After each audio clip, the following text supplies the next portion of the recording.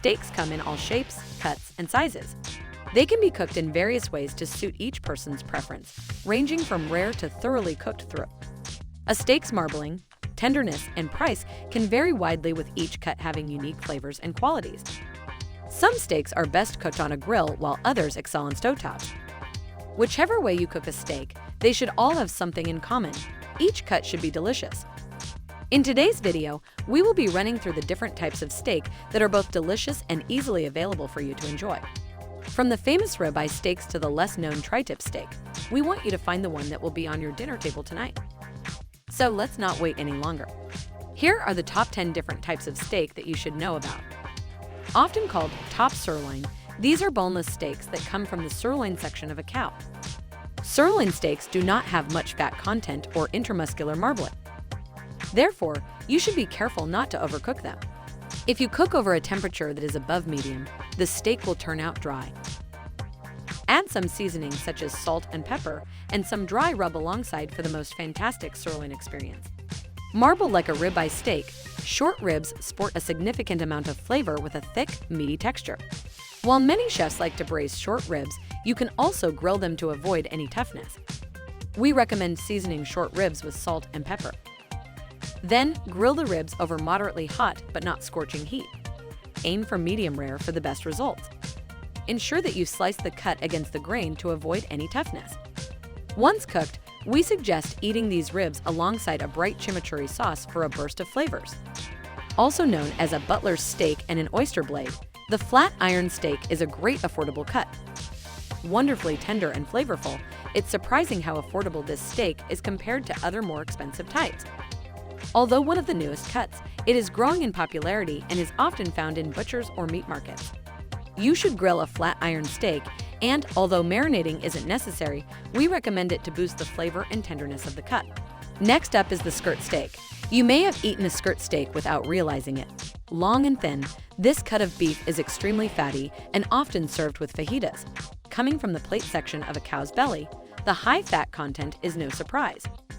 Due to a loose texture, skirt steaks are great for marinating.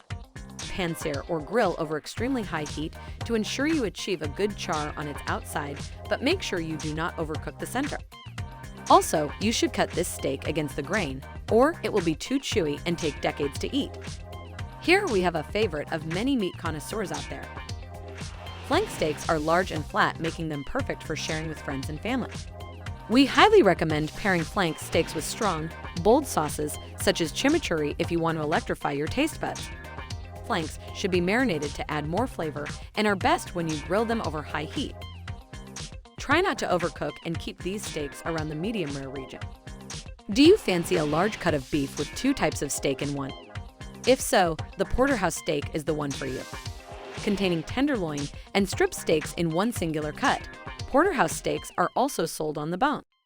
So, channel your inner King Henry VIII and eat like a king. Cook over high, dry heat until it's medium rare. You will have to check frequently to ensure the two steak types have cooked properly.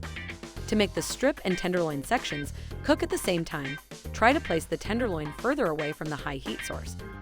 If you have a meat thermometer, this will help guide you on where to position your steak.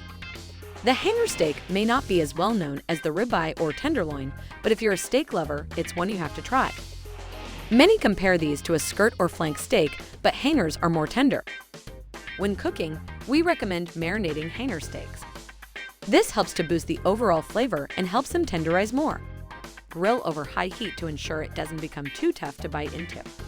You may have tried a strip steak without even knowing it.